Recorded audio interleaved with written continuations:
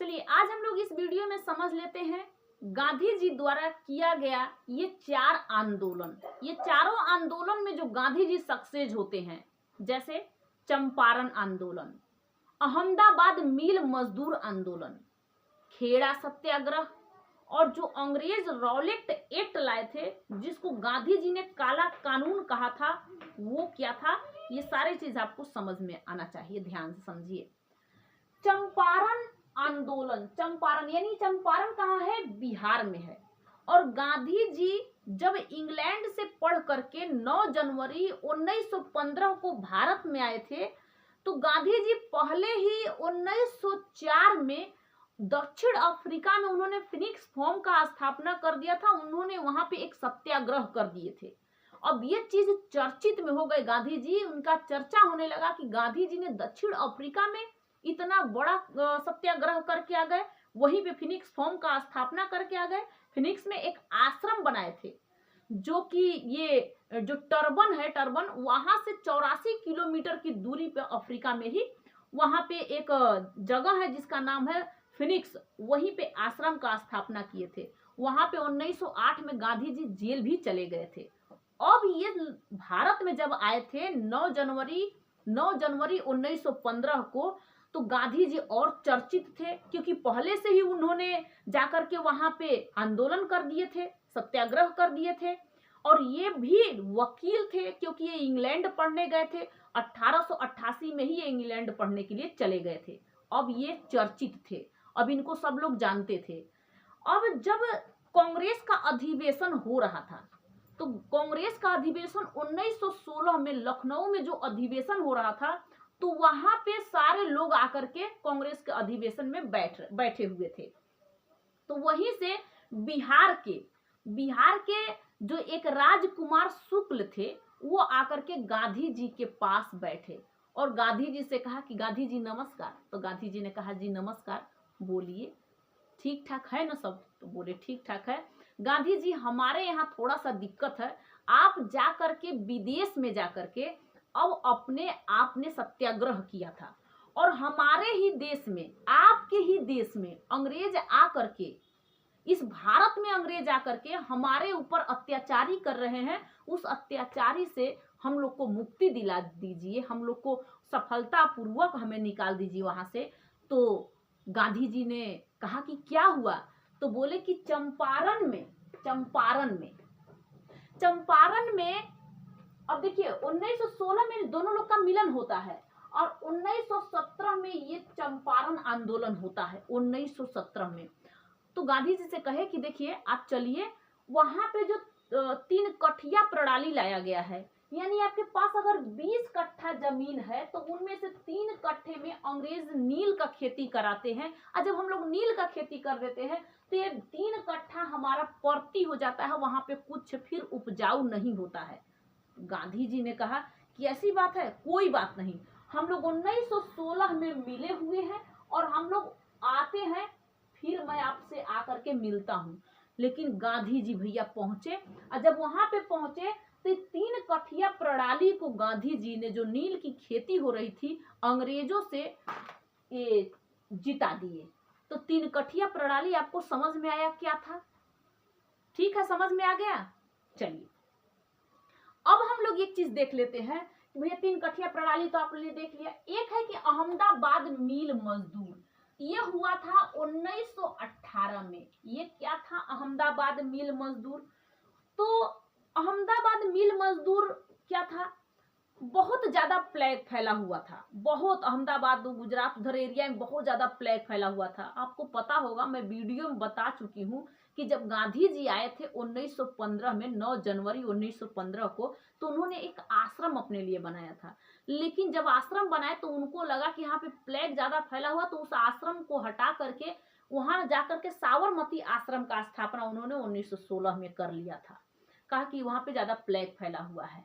ठीक है, अब इस बात को, अब अहमदाबाद मिल मजदूर तो कहा, अंग्रेज ने कहा था मजदूरों से, मजदूर सारे भाग रहे थे, कोई टिक ही ना रहा था, करा था ना हम नहीं जाएंगे ड्यूटी करने, प्लेग फैल जाएगा, मर जाएंगे। जैसे कोरोना का बीमारी चला हुआ था, उसमें लोग बहुत ज्यादा मर गए।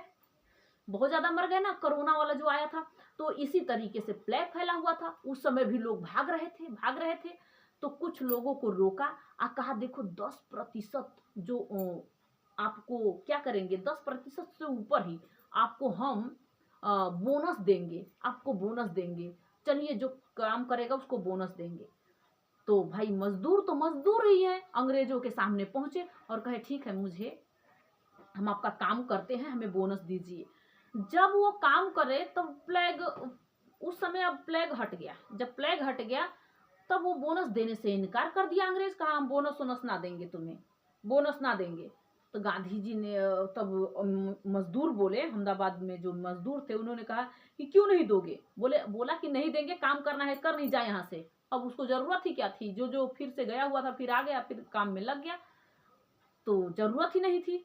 तो गांधी जी से कहा गया, गांधी जी को अब अपने विचार में लाए कि अरे गांधी जी तो दक्षिण अफ्रीका जाकर के सत्याग्रह किए थे, गांधी जी ये चंपारण है, बिहार में चंपारण आंदोलन में सक्सेस हो गए हैं भैया, वकील बड़ा बढ़िया है बहुत। जब एक बार जिसका नाम हो जाता है ना उसको बढ़िया ही माना जाता है, कहा गया कि बहुत बढ़िया है। गांधी जी को फिर लोग बुलाए, कहे कि गांधी जी अरे हमारा भी सुन लीजिए।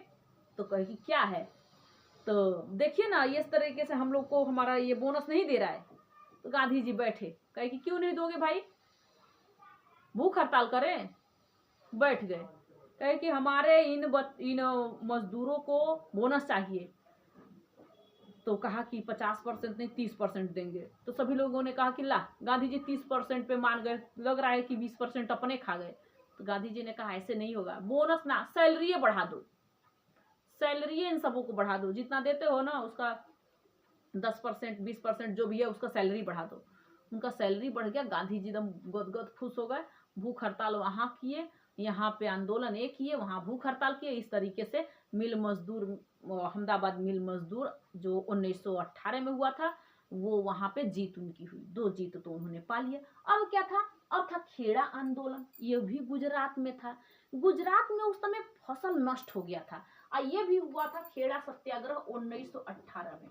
उस समय गुजरात में फसल सब नष्ट हो गए थे और अंग्रेज कह रहे थे हमें लगान चाहिए, लगान चाहिए, कुछ मुझे नहीं समझना है, तुम लोग को कुछ हुआ हो चाहे ना, मुझे 25% लगान चाहिए।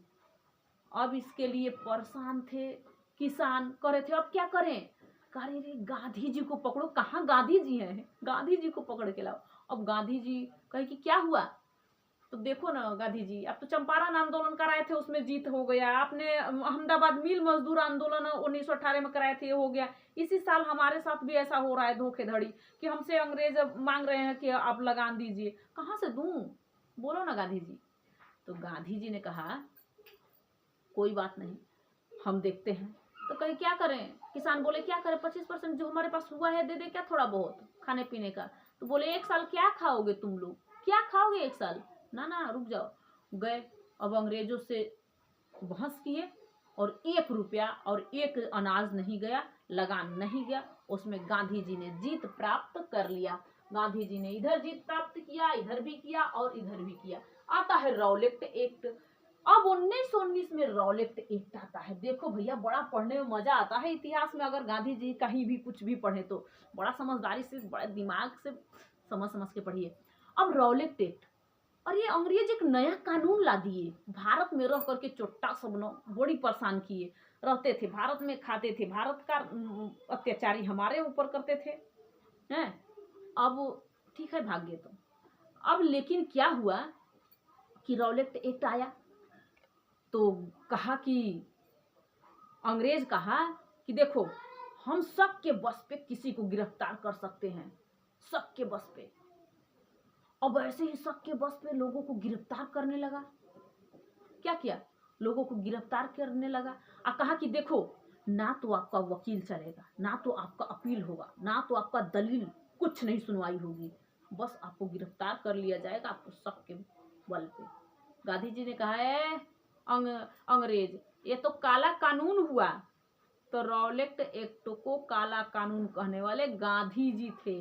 इसी बात पे जलियांवाला बाग भी हुआ था, जो उतना युद्ध वहां पे हजारों लोगों की मृत्यु हुई थी, जलियांवाला बाग भी हुआ था। इसी तरीके से गांधी जी ने फिर 1920 में असहयोग आंदोलन किया था कि नहीं किया था। कहा कि अरे इन सबों का, इन चोट्टा जो है, इन सबों का दाढ़ी मूछ छीलना, कपड़ा धोना, प्रेस करना, सब कुछ इंडियन छोड़ दो, असहयोग आंदोलन चलाएंगे, इस तरीके से। तो रॉलेट एक्ट आपको भी पूरा कंप्लीट बताऊंगी। अब आपको 3 तो आंदोलन समझ में आया होगा। चलो अब नेक्स्ट वीडियो मिलूंगी, तब तक के लिए जय हिंद, थैंक यू।